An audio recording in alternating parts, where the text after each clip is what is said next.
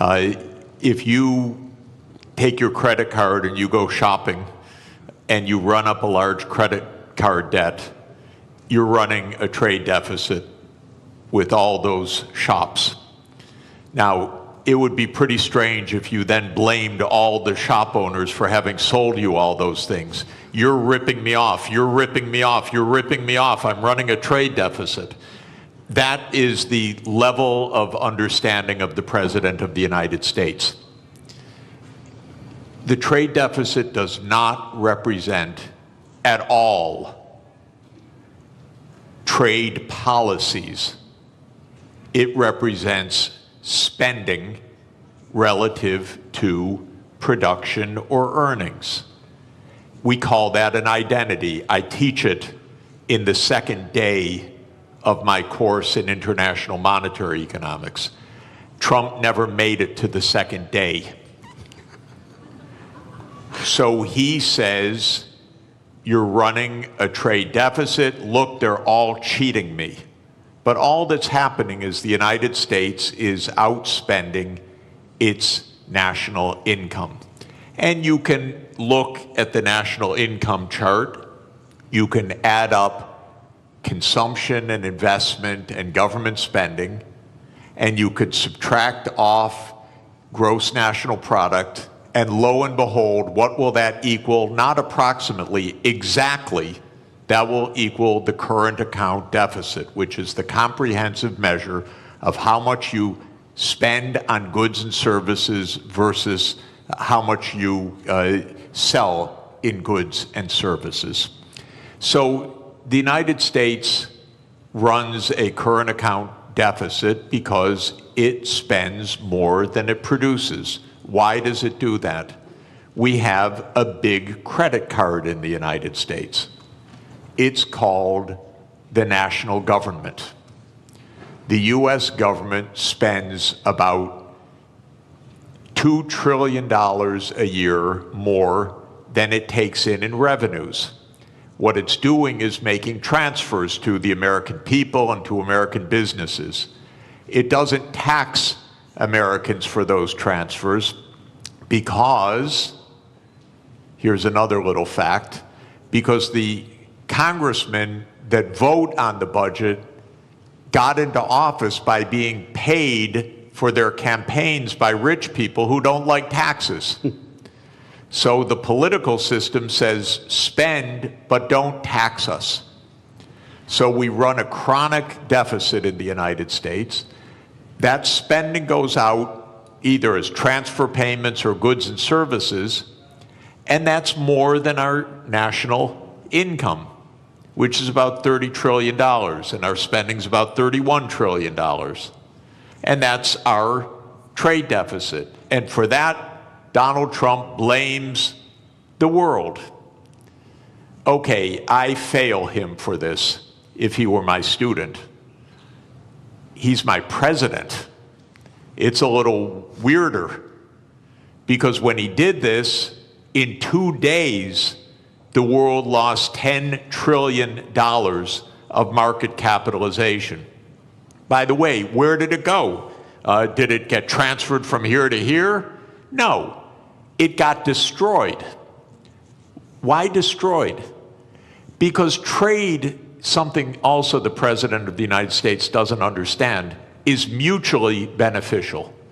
So if you stop trade, everybody loses. It's not that one side wins, the other side loses. He cannot understand that concept as a guy that traded real estate in New York.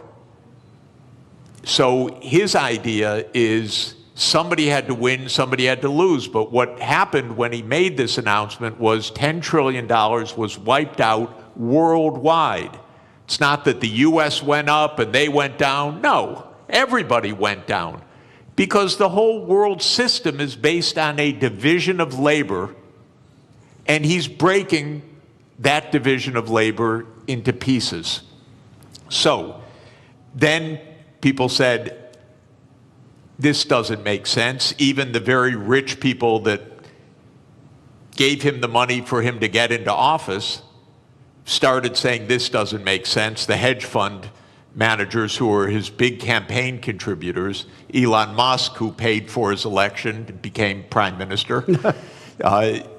He said this doesn't make sense. And then the markets said this doesn't make sense. Not only $10 trillion, but as the finance minister said, interest rates started to rise because people began to dump U.S. Treasury debt. The safest thing in the world, apparently. So, interesting what happened. It's not quite true that he reversed things. First, he left on this 10% tariff, except for one country, for China, 145% where he on some raised products. the tariff rates. That's because the United States has a deep, neurotic attachment to China. The U.S. political system hates China. Why? Because China's big and successful. And so that the U.S. hates. It's a rival, it's a competitor, and so this is the one thing he left on. Now, he's going to mess up everything with this too, because in a trade war between the U.S. and China, China wins. China does not depend on the U.S. market very much. It's about 12% of China's exports. China will do just fine. It's just dumb policy. There's no more, sorry to say it, there's just no more explanation to this than that. It makes no sense. Now, it raises, if I could, just one last point. How can this happen when it makes no sense? And that people should understand, we are in one-person rule in the United States. Our political system is in a state of collapse. What President Trump did is an emergency decree. Everything he does is an emergency decree. Literally, you can go on to whitehouse.gov and then follow the menu to executive decrees. And there are dozens of them. And each one starts the same way. With the powers invested in me as President of the United States, I hereby declare A, nonsense, B, nonsense, C, nonsense. Because he's king. Those powers are not invested in the President of the United States. They're invested in the Congress. You read Article 1, Section 8 of our Constitution. It says that all duties originate with the Congress.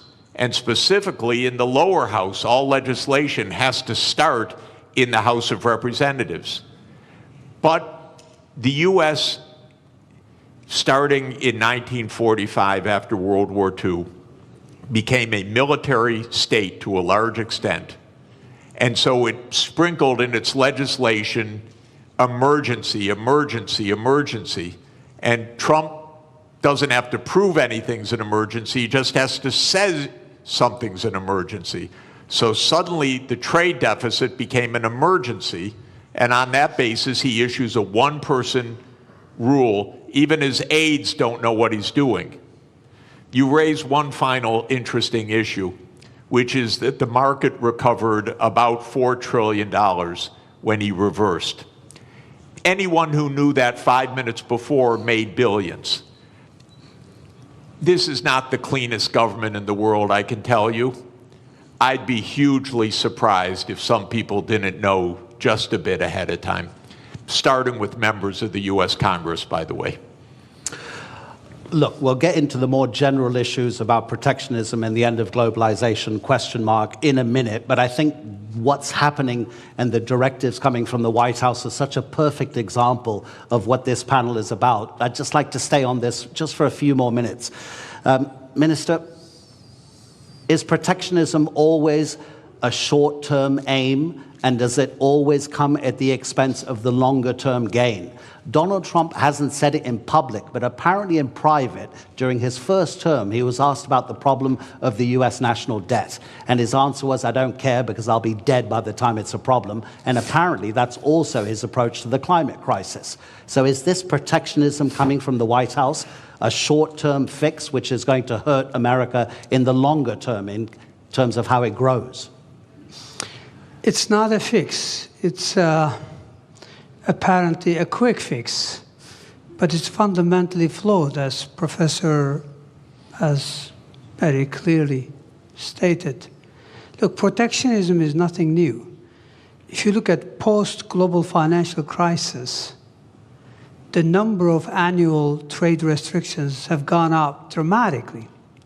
In fact, like last year, there were over 3,200 trade restrictions. That is almost 11 times higher than what it was pre-global financial crisis. So this has been a trend, but what we have seen over the past week or two is clearly a new level. This goes beyond some protectionist measures, trade restrictions. This goes into something, an all-out trade war. So that's really worrisome, because if you go back, again, I mean, if you look at 20 years to global financial crisis, global annual trade growth was 2 times world real GDP growth rate. So in a way, trade was the engine of growth. Mm-hmm.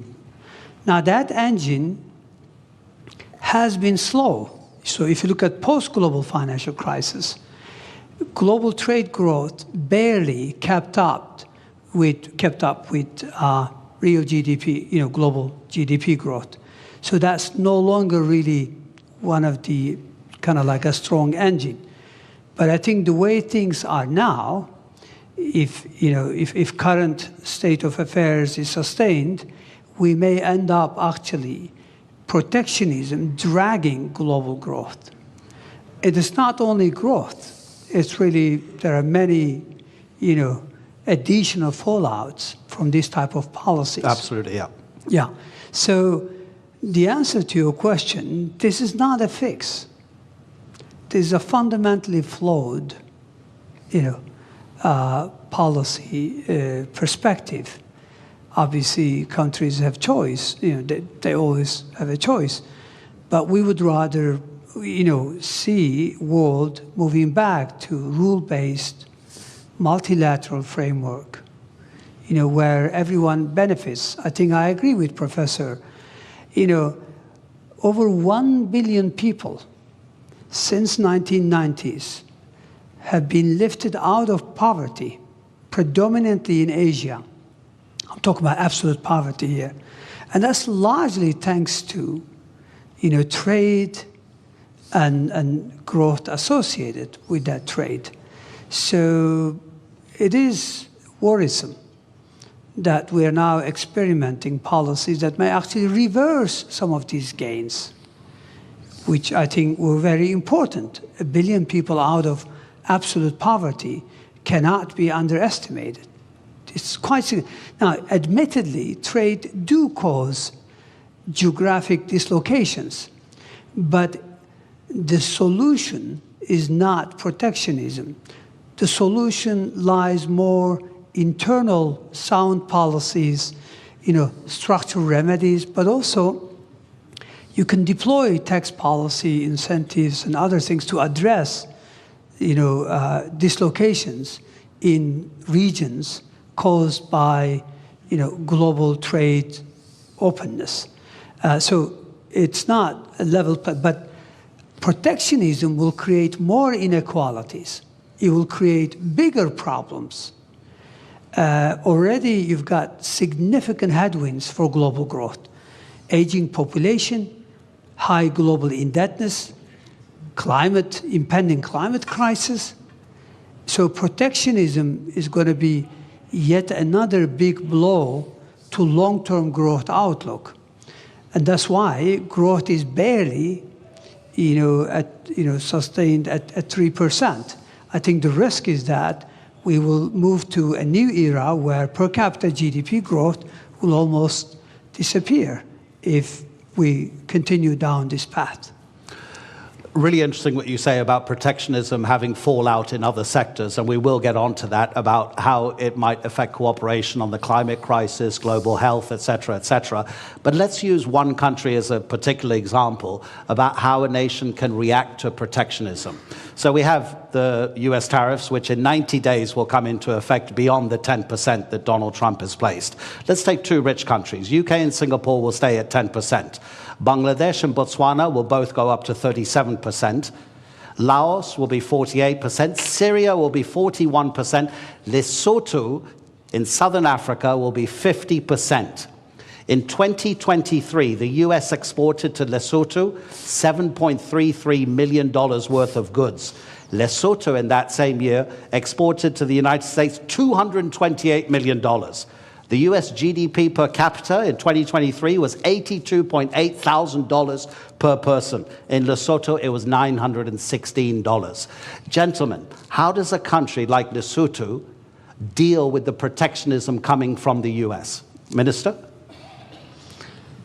Well, look, protectionism is an external shock, meaning it's not a decision by, the counterparty. It's essentially, so how do you deal with it?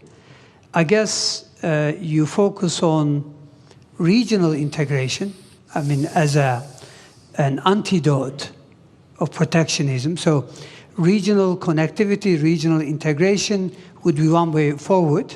So, instead of globalization on a big scale, you focus on how you can deepen and broaden your ties with your immediate neighborhood or countries that are still willing to entertain rule-based trade. So I think that's the only way. Again, this is a major shock for many countries. I think global supply chains are going to suffer. This will lead to, already, I think the risk is that capital will be misallocated. Take us, take Turkey, for example. We are the world's second largest of white goods exporter. We need chips, basic ones, nothing sophisticated. We're not talking about 4 nanometers. We're talking about 30, 40, 70 nanometers. If we're worried that countries are not going to supply that, even though it may not be the most efficient way, we may have to go into a very large capex to see if we could produce them. We are good at something. Other countries are better at something. So we would rather trade. And this is a very simple, economics, theory. Everybody benefits. So I don't think, X country or Y country, there's not much they can do except to look at, ways in which they could mitigate the fallout from not being able to sell goods to the United States.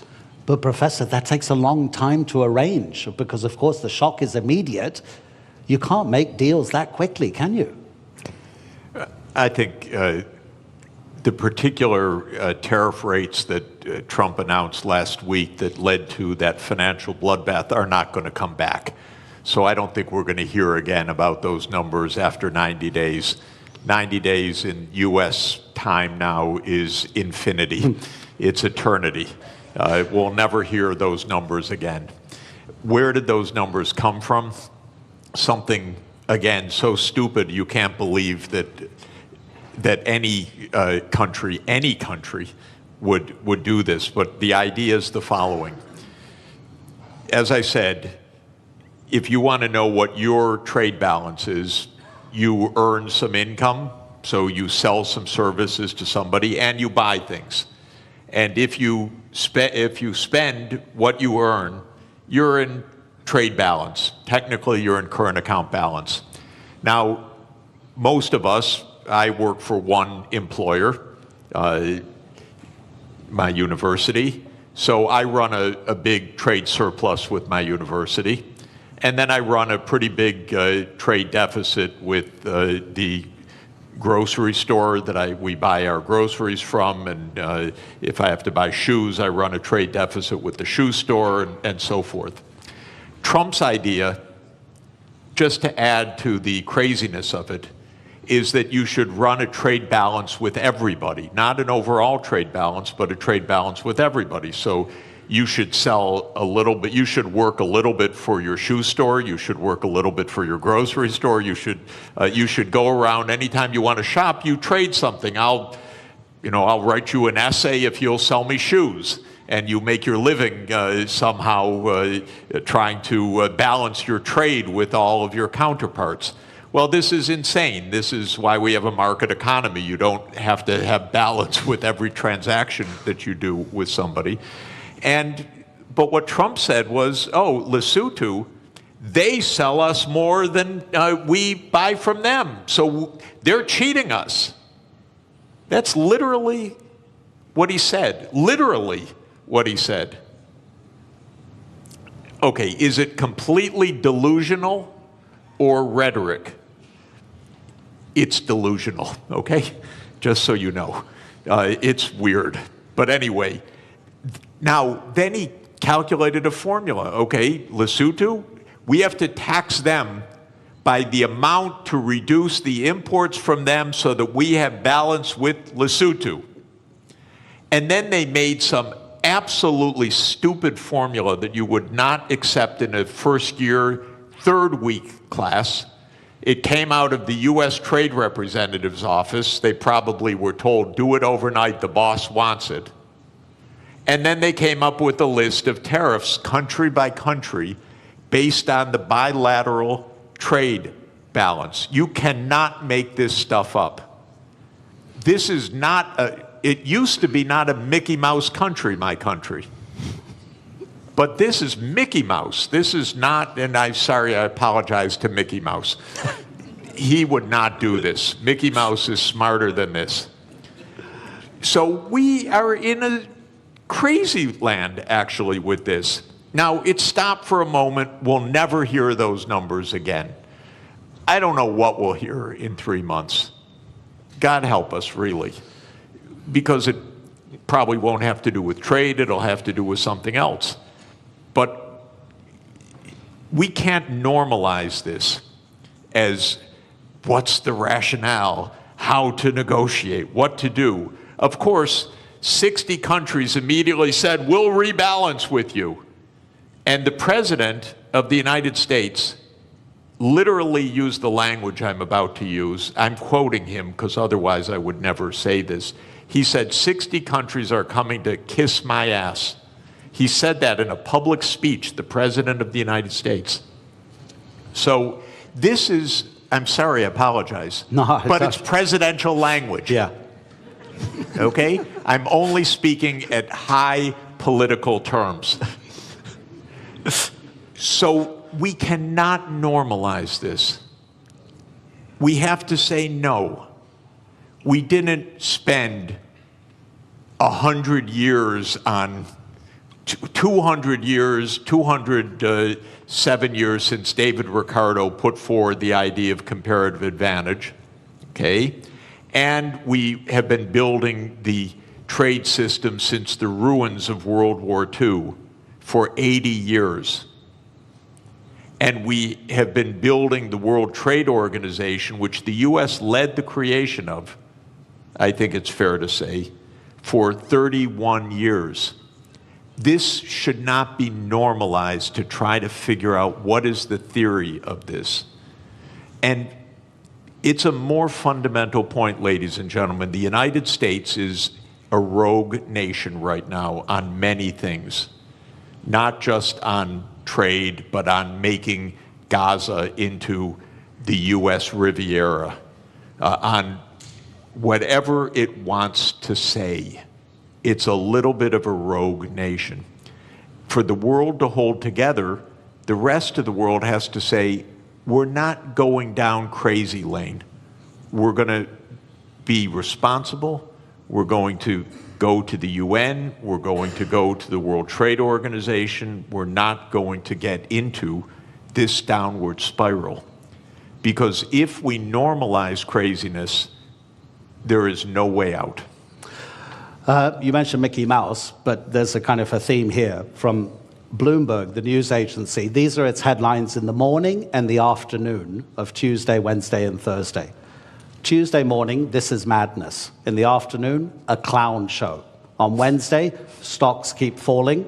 In the afternoon, could have been worse. Thursday morning, assessing the damage. Thursday afternoon, Trump blinks. Minister, and by the way, if I yeah. may, because it's interesting, because I'm living in this crazy world, the Secretary of Treasury then, with all deference to a person who has a very hard job, he says, this was planned all along when Trump dropped this. Can you imagine? He couldn't say anything else, though. Well, yeah, I know, but to hear this from your Treasury Secretary is not also reassuring, because all you hear is a crazy land rather than what we need to hear, which is rationality.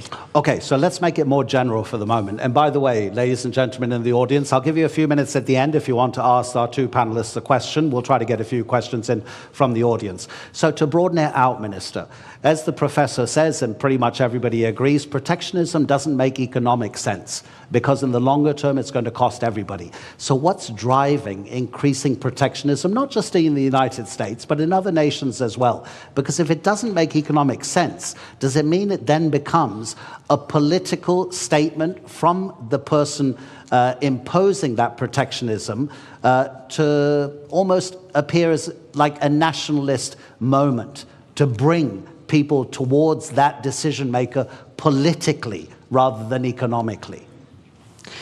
Well, it's easy to explain. I think what is driving the current, what seems like a fundamentally flawed policies is, first of all, let's set the scene. I mean, there's a geostrategic competition between China and the United States. We know that. China has what it takes to become a superpower because it has human capital, it has state-of-the-art infrastructure, and now it's catching up in technology. The United States considers itself as the hegemon power. So we know from history there's always been tensions between existing superpowers and emerging ones. It doesn't have to end this way, meaning in a trade war or any other wars, but it does in the past. I mean, history tells us that we more frequently see tensions rather than cooperation. So what lies behind this? Very simple. Go back to 20 years ago, roughly speaking. China accounts for about 8% of global manufacturing. Today, China accounts for more than 30% of global manufacturing. Who lost ground? United States, European Union, and Japan. United States clearly also sees this. Again, go back to 20 years ago and just visualize a world map. Which country commands as the main trading partner of the rest of the world? Maps are all over the place. Clearly, it was the United States 20 years ago. Today, it's China. Now, normally, the way you would respond, the way I would respond, is that, look, we need sound policies, structural reforms to regain ground. Instead, it looks like this rivalry, combined with lack of, obviously, clear understanding, is that it leads you to go after quick fixes. And quick fixes, which is also to do with populism, nationalism, is to blame others and is to present it in a simple fashion. The reality is you have to be more competitive. You have to invest in upskilling, reskilling your population. You have to invest in your infrastructure. And you have to, there's a long list of homework. But those are politically difficult to deliver. They take time, and they're difficult. So structural policy has been lacking in most countries. And when you can't deliver structural transformation, then you rely on monetary policy to fix things. Monetary policy in many parts of the developed world have been doing the heavy lifting over the last couple of decades in the face of difficulties. So my point here is that I think we know what drives it is losing ground. But how do you regain ground? Again, the sophisticated way would be to do the right thing and deliver on reforms.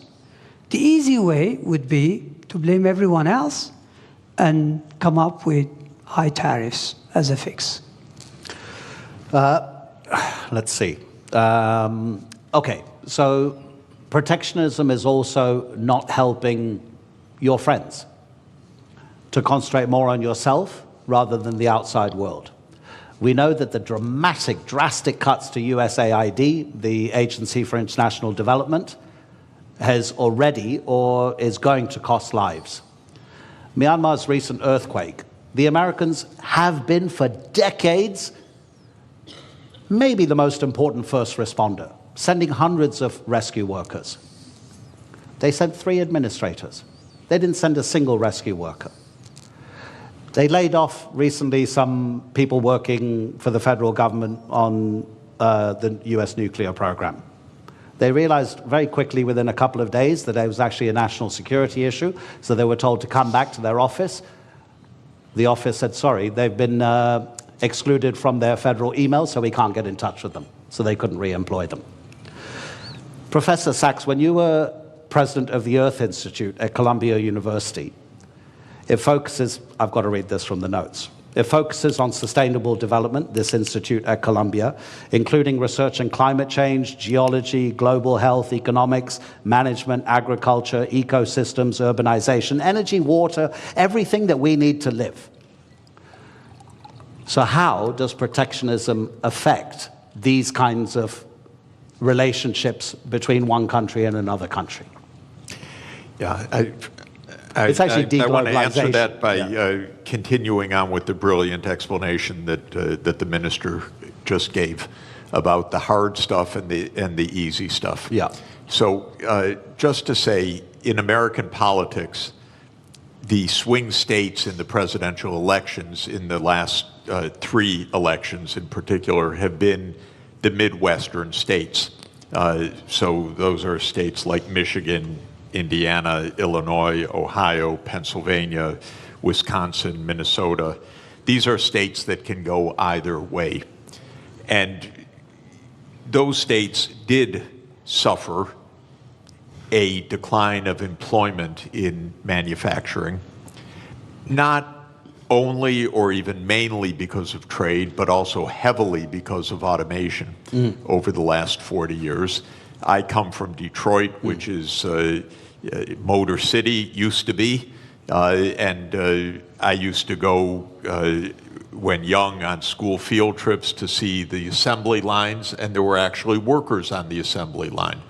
But now if you go to an automotive plant, it's all robots, very, very few people inside. That's not because the jobs went overseas. In that case, that's because the assembly line itself became an automated phenomenon.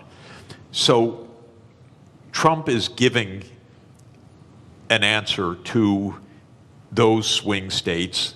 It's China's fault. It's Mexico's fault. It's Lesotho's fault.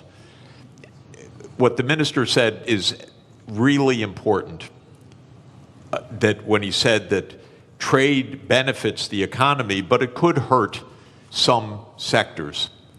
And what you do is not stop the trade, but you make sure that you pull everyone along, maybe in a regional policy, or maybe in job reskilling, or maybe in some other kind of public investment or education policy. Here's where the U.S. really failed over the last 40 years. We let the inequalities widen and widen, partly because of automation, partly because jobs did go overseas, but for the right reason. They had comparative advantage in those jobs. Skilled people got better and better salaries. Lower skilled people had their living standards fall. The gap widened. By the way, not just the income gap, the life expectancy became 10 years or more. So many of our epidemics, so many of our social problems relate to this widening inequality. The United States political system didn't address it at all for 40 years. And that comes to what I mentioned, the corruption of the political system. When candidates of both political parties are paid by rich donors for their reelection campaigns, and both parties then become the agents of tax cuts and no really addressing the social conditions, you end up with a Donald Trump coming in and selling a pseudo explanation, it's all China, and selling a pseudo remedy, a trade war. What the auto workers are going to learn right now is they're going to lose jobs by even the tariffs that have been put in place, because we need the intermediate parts brought in from elsewhere. Now they face higher costs, and the United States can't compete at all with Chinese electric vehicles. The United States has basically handed China the electric vehicle market for the next 20 years. So did Europe, by the way. Europe delayed the transformation to electric vehicles, said we produce great internal combustion engines, we're going to continue to do that. The world actually needs electric vehicles because of the climate crisis. So all of this is to say the real hard work is to think ahead. Mm-hmm. The country, by the way, in my experience of working all over the world in the last 40 years, that thinks ahead the most is China. Mm-hmm. China's success is not random. China's success actually is a lot of forward-looking planning. In 2014, China issued a document called Made in China 2025. And it wasn't a protectionist policy, it was, we need to invest in the technology so we can be at the forefront. I think in 8 of the 10 sectors that were identified there, China succeeded in reaching the forefront. In 2017, China made a plan for artificial intelligence. This is already 8 years ago. DeepSeek didn't just come out of nowhere, it came out of a long-term strategy. So this is hard work that actually pays off. This is what every government should do. This is what every country should do, is look ahead. Now, you mentioned very interesting idea. We got a president who doesn't understand and maybe doesn't care about the future in the same way. But just to say, the biggest issue on the planet should be the climate crisis, not all the things we're endlessly talking about. And every part of the world is going to suffer terribly by what has been built in terrible, very dangerous climate change. It's out of the headlines. But, you know, I had a very difficult job. I was the director of an institute with 300 climate scientists for 14 years, some of the world's leading climate scientists. The reason it was a hard job is that every week they came up and told me, it's worse than we thought. They would give me endlessly grim news. And the lead climate scientist at Columbia University is a man named James Hansen, who I regard as the world's leading climate scientist. And he produced a study in January that said it's much worse than we have thought. The world's temperature has gone up by 0.3 degrees Celsius in 3 years. We have had 21 months of the last 22 above 1.5 degrees. That's the new baseline, by the way. That's not because of an El Nino effect. That's the new baseline. We already blew the limit that we set 10 years ago in Paris that we said we would not exceed. We're already above it. And what Hansen says is we're rising at an accelerating rate. Now the average rate is probably between 0.3 and 0.4 degrees Celsius per decade now on average. So we'll be at 2 degrees excess. What all of this means is profound danger 20 years from now, 25, 30, but we're already seeing terrible danger today. I don't want to minimize what's already happening. Los Angeles burned down, massive forest fires in Korea last week. It's everywhere. My wife and I are nonstop traveling. Every single place we go is some kind of climate crisis, literally. It's a drought, it's floods, it's heat waves, it's pest infestations, it's forest fires. And the sea level is going to rise by many meters, which is not great for Istanbul, by the way, and not great for coastal areas. It's very dangerous what is built into the system. Now, what is Trump's answer for this? Yesterday, King Donald issued an executive decree to bring back coal. It's willful destruction of well-being, willful. And that is, again, he pulled out of the Paris Agreement. What I'm hoping, ladies and gentlemen, is the other 192 members of the UN have to say, no, we're not entering a crazy land. We're going to take care of our future. Right now, I live in a crazy land. But the rest of the world has to avoid the crazy land, has to avoid normalizing this.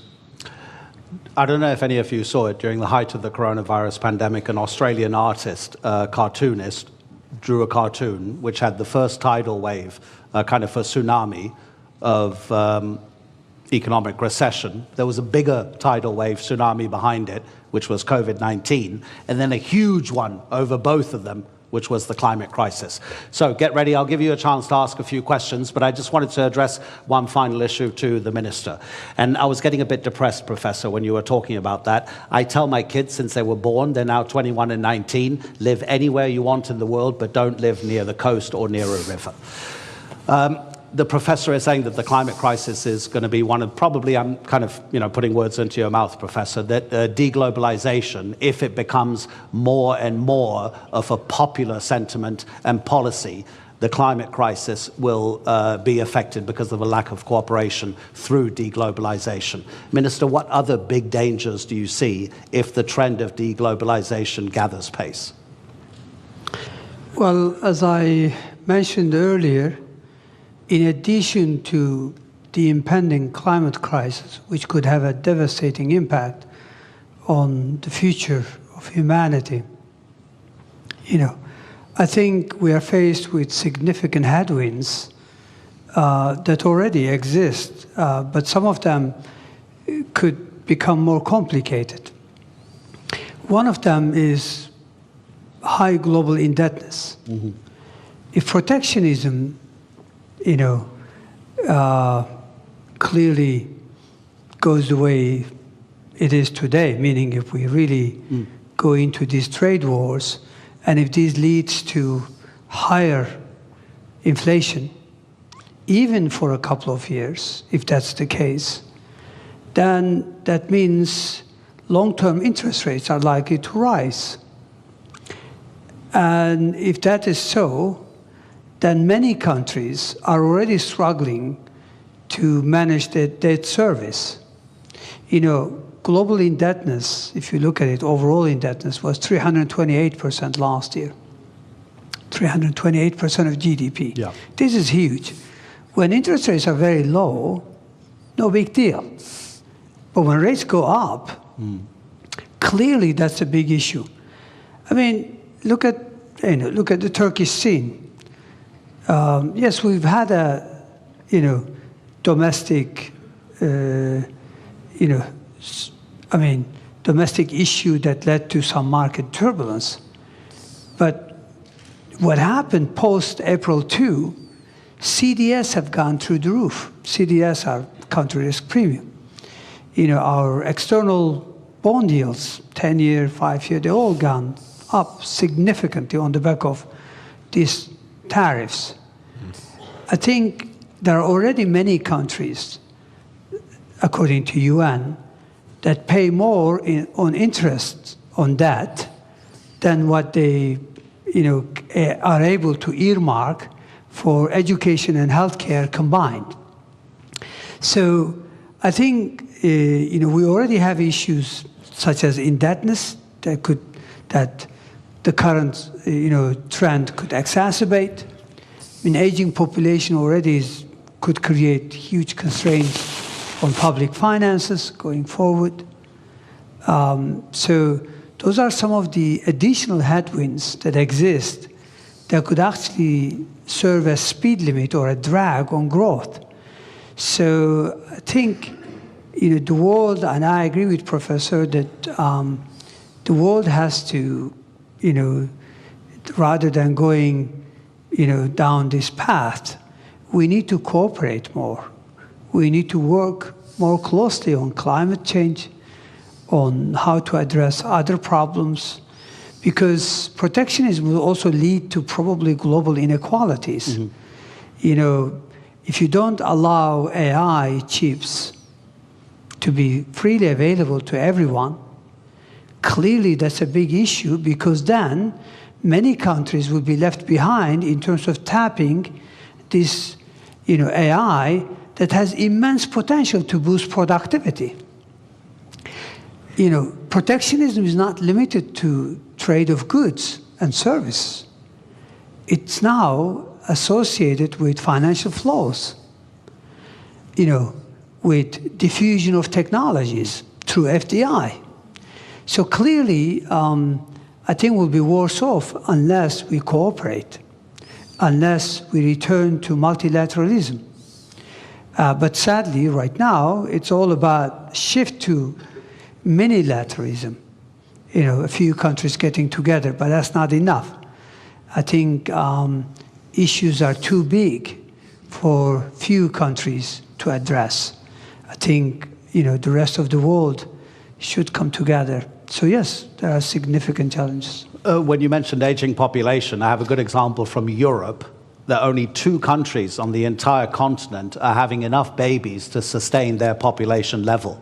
That's Ireland and Portugal. So you imagine the pressure on the taxation system and the spending on those other countries that are not sustaining their population levels and are just getting older and older and older. Okay, let me look at the back as well if anybody has any questions. We've got about 7 minutes left. And please, make it a question, not a lecture, because if it's a lecture, I'll have to stop you. Gentleman over there and gentleman over here. Okay, please introduce, there's a microphone. Thank you very much. Doesn't work? Yeah, it does work. Okay, thank you very much. I have a question for Mr. Jeffrey Sachs. My name is Sarp Sinanacer, and I'm from Harici News. So you mentioned that we shouldn't look for a rationale behind the actions of Donald Trump, but just to be a devil's advocate, I just want to understand their point of view, which they mention, yes, trade deficit and the national debt of the United States, but also they mention the hard industries that left United States back in the day. So what I'm trying to understand is, if United States gets into a confrontation with global powers such as China or Russia or any other state, maybe even Europe one day, is it wrong for them to want their hard industries back, and this is their rationale to put these tariffs on. Because Donald Trump mentioned that we are buying cars from Canada that we could have been producing before. So is there a rationale behind, at least on the hard industry part? Okay, thank you. Yeah, you know, in trade theory or trade concept, there is the national security rationale. So you may want to procure domestically to have an armaments industry. That's quite different from imposing tariffs on 150 countries in a completely arbitrary way. In fact, the right policy might be local procurement from domestic industry that has nothing to do with trade policy at all. So that is not an argument for what he's doing. But I would add one more point. We don't need an arms race, and we don't need a war. Actually, diplomacy is really cheap compared to war. That's why we're at the Antalya Diplomacy Forum, not the Antalya Military Forum. So if Trump really wanted to save some money, we have almost 800 overseas military bases in 80 countries. This is crazy. So if he wanted to save money and close the budget deficit, I would close hundreds and hundreds of military bases and leave all these countries at peace, because wherever there's an American military base, there's a big headache, believe me.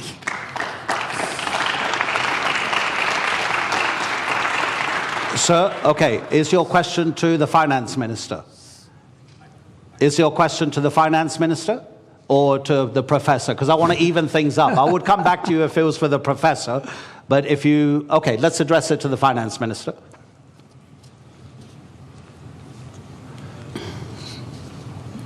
1, 2, 1, 2. My name is Riel Miller, formerly of the OECD, formerly of UNESCO, and formerly an advisor to finance ministers, so I can address my question to a finance minister.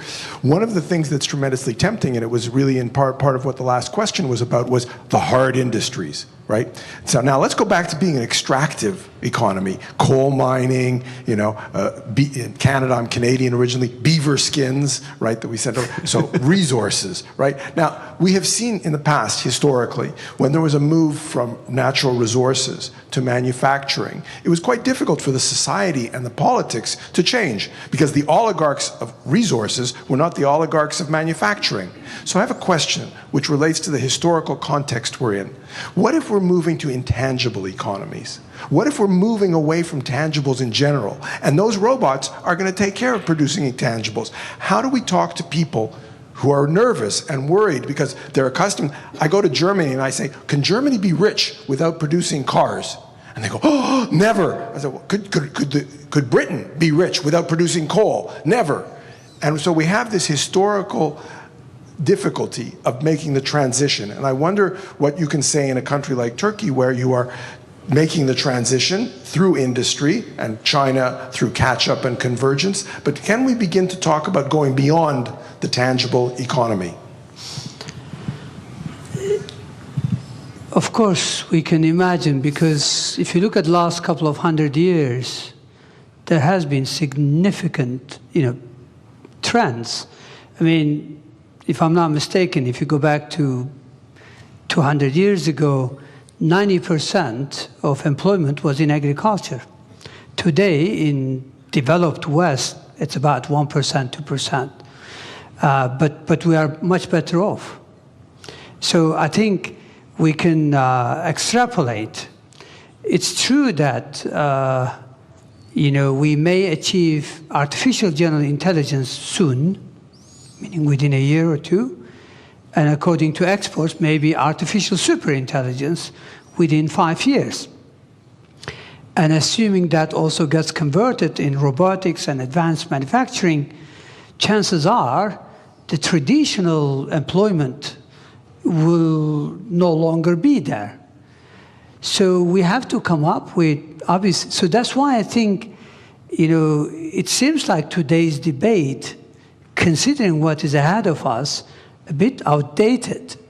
So I hear what you're asking, and it's really complicated. We all have to think. I remember attending a global economic symposium in Kiel back in 2007, and one of the sessions, because I was finance minister and treasury, they put me in that session, in that panel, and the question was, when do we start taxing robots? So, look, yes, I do see that happening. I don't have the answer, but certainly we have to think about it. It'll be interesting to know if a robot will need a work permit as well, right? Okay, that's it. The time is up, ladies and gentlemen. It was always going to be too brief with these two particular gentlemen.